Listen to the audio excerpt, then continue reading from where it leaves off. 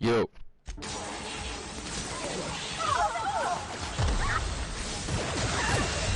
Oh, fuck.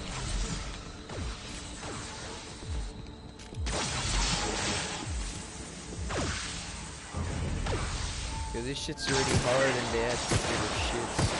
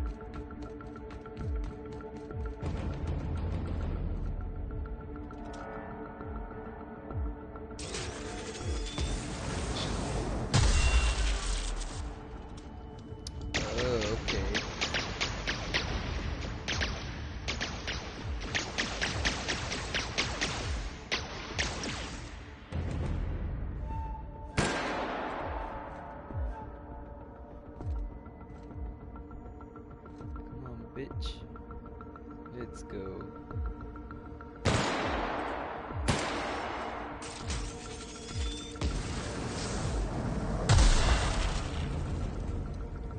God damn, I got no ammo.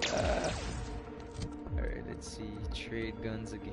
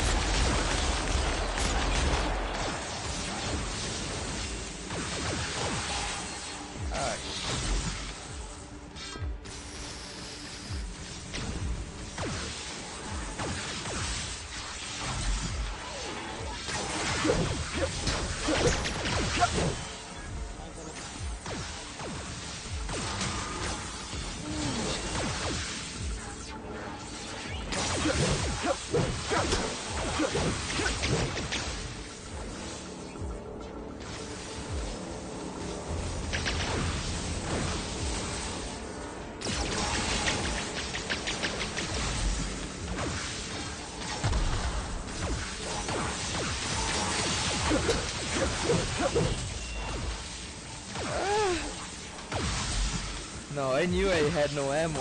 Just nothing I can do at this point. Just fucking run.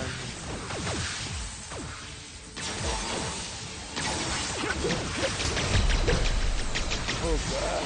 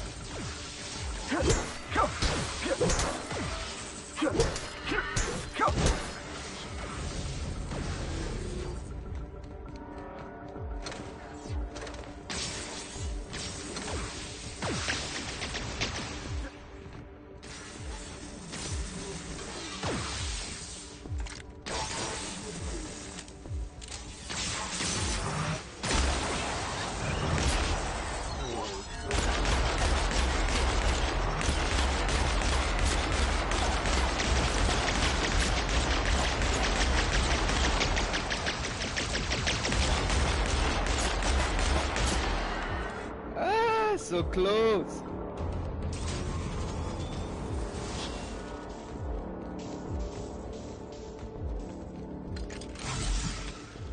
Fuck this guy. I'm gonna beat the shit out of it.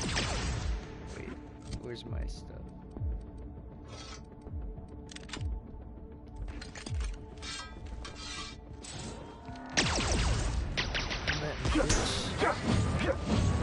Where'd he go? Oh, what the fuck? He jumped! Ah!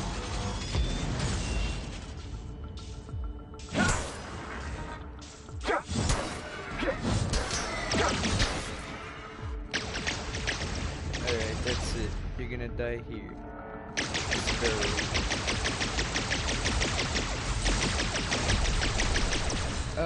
Too fast for you.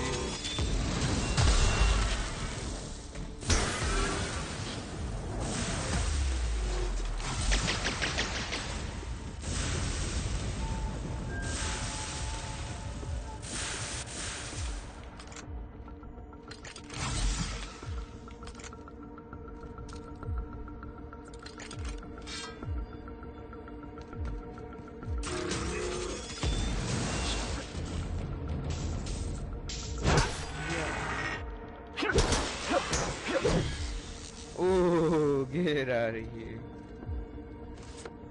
Oh, now you all come back to life? Okay. Whatever. It's not like I needed you.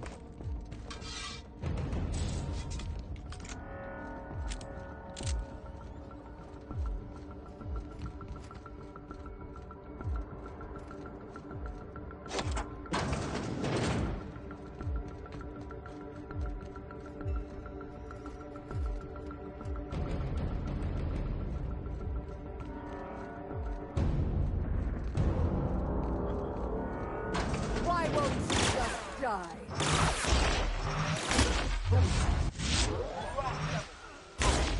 Well, she died already? Get me out of here! I got you, homie. No, I don't. Ugh. You don't know how glad I am to see you. You did the right thing. Akande was a monster. Her death was much deserved, and long overdue. And you lunatic, you broke into the board's own fortress just to rescue one doddering old man. You are absolutely out of your mind, and I can't begin to thank you enough. I'm all right, thanks to you. Akande wanted my cooperation. I'm quite sure she would have beaten it out of me if you hadn't arrived. You've broken the board's stranglehold on this colony, and you saved my life. But there's still so much we have yet to accomplish. You and I are going to have to work harder than ever to save Halcyon. I'm afraid the situation is far worse than any of us ever anticipated.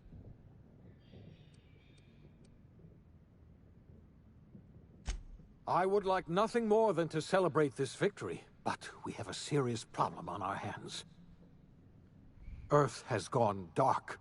We haven't received a single message in 3 years. There's been no communication, no signals, nothing. 2 years ago, the Earth's Directorate's frigate disappeared on their way back to Earth. We don't know what they discovered when they arrived, or if they arrived at all. So we've got to make do on our own. Seems to me that'll make us stronger in the end anyhow. You're quite right. We've got no choice but to make do on our own. You mean... Ooh, We're that's all my alone baby out here? girl. That's Really my baby alone? girl. I'm afraid so, Miss Holcomb. Halcyon is the only home we have left. Returning to Earth is no longer an option. We're in serious trouble, my friend. Do you know what this means for Halcyon? We can't rely on Earth for support anymore. We've been cut loose. We're entirely on our own.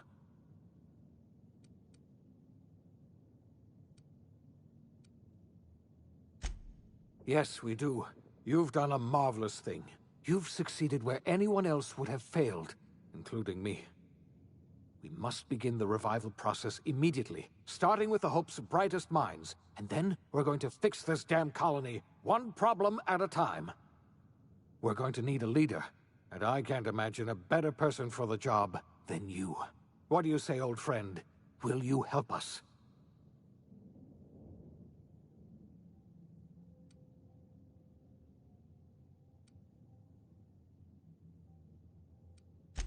I can't tell you how glad I am to hear that. When I revived you, I thought we were going to save this colony all by ourselves. But I was wrong. We can't save Halcyon on our own. We're all going to have to pull together, somehow. We are not a colony anymore. Our last connection to Earth has been severed. I don't know if we'll survive, but we're going to have to try our best.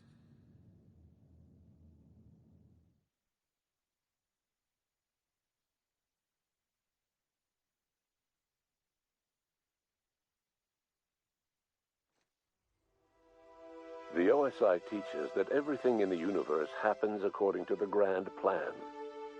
But the stranger that arrived in Halcyon was an unplanned variable.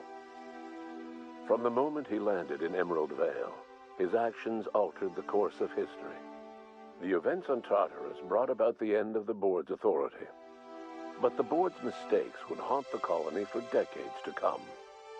The damage they left behind would require the work of a generation to repair. Dr. Phineas Wells began reviving a handful of the Hope's colonists. Engineers, scientists, technicians, and intellectuals. They were among the brightest minds the Earth had ever sent out into the stars. The Hope scientists and engineers woke up in a colony descending headlong into total collapse. With no way to return to Earth, they had no choice but to band together and devote themselves to the cause of saving Halcyon. The people of Halcyon were nothing if not hardy. In the absence of the board's authority, many of the colony's settlements banded together with a single purpose in mind: survival. Life was especially hard in the years to come. Some towns dissolved by attrition and starvation, but most of them found a way to carry on. In the years to come, Halcyon was forced to reckon with its newfound freedom. The board was gone, and for better or worse, the colony was responsible for its own destiny. As the colony struggled to survive, the inspirational story of the iconoclasts spread like wildfire, and Graham was able to bring many of the smaller Terra 2 townships into the fold. However, his zealous obsession with spreading the word blinded him to the needs of a growing organization, and the movement was unsustainable at scale. The iconoclast way seemed to work best, and ultimately petered out on Monarch. Adelaide McDevitt replaced Reed Thompson as the leader of Edgewater. She and her followers transformed Edgewater in their image. Anyone loyal to Reed was pressured into leaving town, and those who stayed behind adapted to her way of life. Adelaide transformed the old cannery into a new garden. The nearby Edgewater Cemetery provided a convenient source of fertilizer. As for Reed Thompson, it was said that he lasted exactly 2 days outside the walls of Edgewater. Years later, a marauder was found in possession of his hat. Junlei Tennyson fought to protect the Groundbreakers' independence. While the board's influence faded, mechanical difficulties forced her to rely on parts that only corporations could provide. The cost was high, and time would tell if Junlei could balance the work with her aspirations for a better future. The rediscovery of the Hope and the abandonment of the lifetime employment program forced Byzantium to come to terms with some uncomfortable realities about the state of Halcyon. While Byzantines were reluctant to surrender the luxuries they'd grown accustomed to, the board's diminished authority gave them little choice in the matter. Nearly everyone had to learn to make do with less. Some even had to get jobs. It was a dark time indeed. Life in Halcyon was sobering for Felix Millstone. The grand revolution he dreamed of never came. There was no great awakening for the colony, no celebrations in the streets. There was only the hard, desperate work of trying to repair a broken colony. Felix never had a head for numbers, but if there was labor to be done, he was there to help. Eventually, Felix realized that the work of a revolution was done with two hands. Though Parvati eventually grew comfortable aboard the Unreliable, she never quite came out of her shell. She seemed to prefer the company of Ada to the crew, and she could often be found neck-deep in cables and grease, telling Ada funny stories from her childhood. While the colony fell into chaos, she found an island of relative peace with Ada, and they formed an unusual bond. She decided to remain aboard the Unreliable permanently as its chief and sole engineer. As hard as she tried to drink them away, Nyoka's memories eventually overcame her. Traveling with the crew served as a constant reminder of the family she'd lost, and so she eventually returned to Monarch to get back to what she found most comfortable: the deep end of a bottle and the far end of a trail. Few have seen her since, but travelers often swear they hear her and her machine gun in the night, screaming swears and spitting bullets. Before his untimely death, Captain Alex Hawthorne had plans to restore and modify, for combat purposes, a sanitation and maintenance automechanical that he'd found in a state of disrepair in Emerald Vale's scrapyard. That unit remains broken down and forgotten in the Unreliable supply closet to this day. Minister Clark was released from house arrest, and his contact with you gave him a sense of renewed purpose and vigor. Once it became clear that no help would be coming from Earth, he threw his considerable efforts and talents into helping Halcyon manage the crisis before it. As for Dr. Phineas Wells, he spent his remaining years in his orbital lab. Though he was always haunted by the failures of his past, he was determined to make things right by building toward the future. Dr. Wells was able to revive many more scientists and engineers than he first expected, thanks to the additional batch of chemicals you stole from the Ministry. Wells never forgot about the human lives that were lost in acquiring these chemicals. The revival project was hard and painful work, but in the end, despite limited resources, over half the Hope's colonists were successfully revived. Even after Wells passed away, the Hope scientists and engineers worked night and day to pull Halcyon from the brink of collapse. Their efforts continue to this day, which may be reason enough for optimism. Dr. Wells laid the groundwork for the project to save the colony, but he would never live to see the fruits of his labor. He passed away a few years later. His work was carried on by the scientists and engineers he revived. Life will never be the same in Halcyon. It is widely agreed that the colony has a chance of stabilizing within a generation, owing to the hard work and determination of the surviving colonists. Recovery is a distant goal, and the path is long and uncertain. But the people of Halcyon carry on, determined as ever. And what about you, the unplanned variable in the history of Halcyon? Long after Wells passed away, you carried on his work with more energy, determination, and brilliance than he could ever muster. The years that followed were hard, but Halcyon survived by the efforts of the Hope's most promising colonists, the greatest of which was you. No one knows what's happened to Earth, and no one knows what the future has in store for Halcyon. All we know for certain is this: the name of the Unreliable and that of its intrepid captain will remain the subject of countless stories for years to come.